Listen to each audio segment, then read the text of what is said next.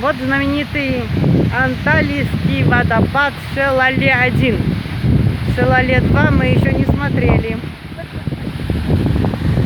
Вот морские наши просторы родной Турции. Вот.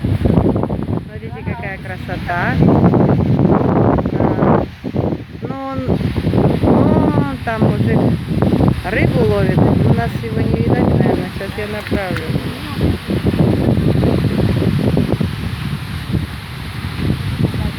Рыбак. Нет, рыбака нас не видать что-то.